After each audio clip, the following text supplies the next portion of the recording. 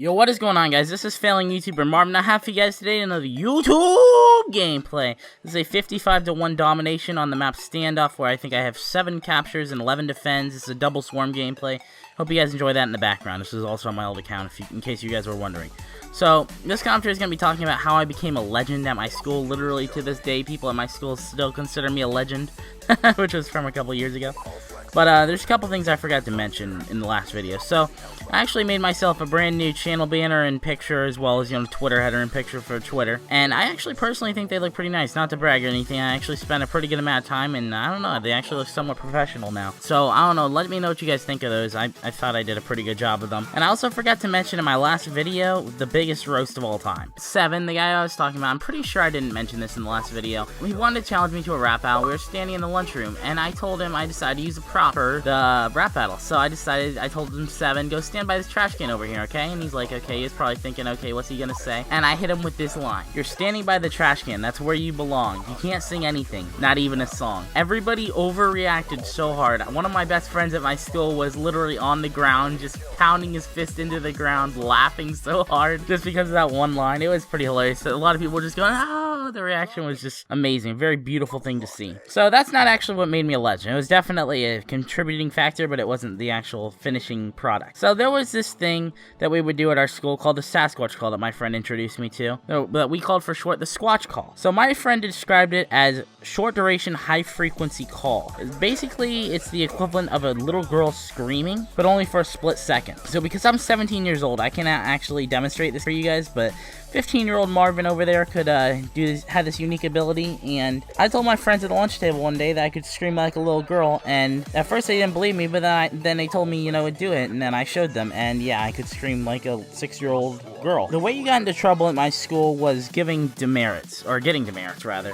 Your teacher would give you a demerit if you, were talking in the middle of class and doing something you weren't supposed to do, cheating on answers. Well, normally you get a 0 for that, but basically if you accumulated 20 demerits over the course of either a semester or quarter, I can't really remember, I think it was a quarter, you'd get ISS, or in-school suspension, and obviously you didn't want that. So if you got 1 demerit in class, it just went toward your 20 and you got a warning. If you get 2 demerits in a single class period, you'd have to have a lunch detention in the math teacher's room, generally speaking, which was kind of funny because normally I would just get help for math because I was terrible at math.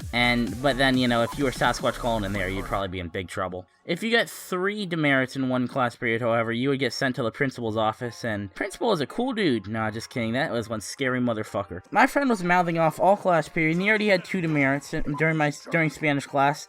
And my Spanish teacher was asking what whiteboards are called, expecting us to give us the Spanish word answer, and he answered white trash. He got sent to the principal's office, and he was actually the same student that decided to switch schools, and I don't know if there was a specific reason for that. I'm just saying, he switched schools pretty soon after that. So I made very certain not to get 3 demerits in one class period. Back to the Sasquatch Call. So what we established was that if one person Sasquatch called, the other person had to Squatch Call and return the call or reply to it. And the lunchroom was set up in a big gym, that we would use for basketball and soccer. Sometimes it was a basketball court, essentially. But we had round tables around the outskirts that we would sit in, and the teachers would all sit around a round table right in the middle, and we were a good 20 or 30 feet from them, so they couldn't really overhear our conversations. But what they could hear was the Sasquatch Call. What I found really funny is that the teachers didn't really know exactly who was the one doing the Sasquatch Call, so we would just kind of hand the blame around the table. They never really knew who it was until one day one of the teachers saw me and my friend doing it, and they knew that,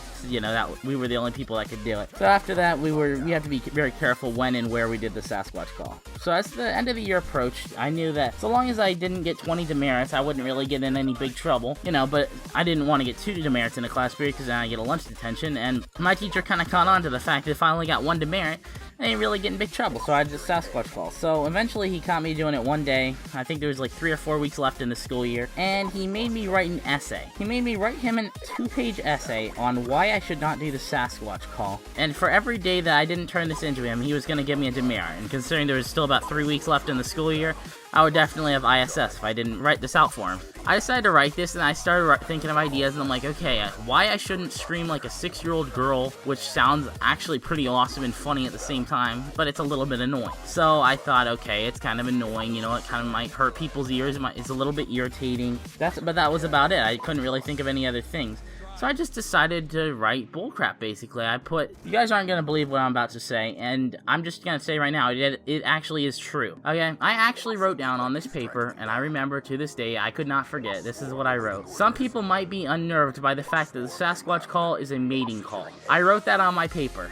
And I turned that into it. And I was dying laughing. I couldn't see. Tears were just flooding out of my eyes. I was trying so hard not to laugh. I was walking up to his classroom with my friend coming out of his class between the bell periods, the 3 minutes we have to walk from one class to another, and I was just tearing up. I was just trying so hard not to cry from laughing so hard as I showed my friend this, and then I was just trying even harder not to be crying as I go in there because he's gonna know I was laughing. I didn't even care though. I turned it into him.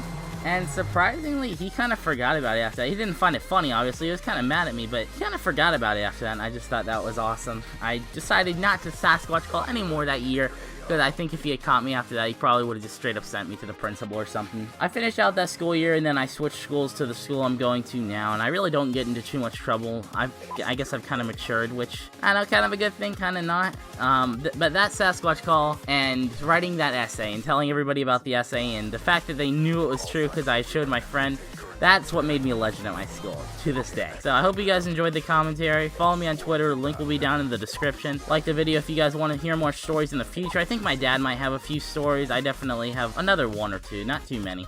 Like I said, I have a pretty uneventful life. Subscribe if you guys haven't already. Peace out, guys.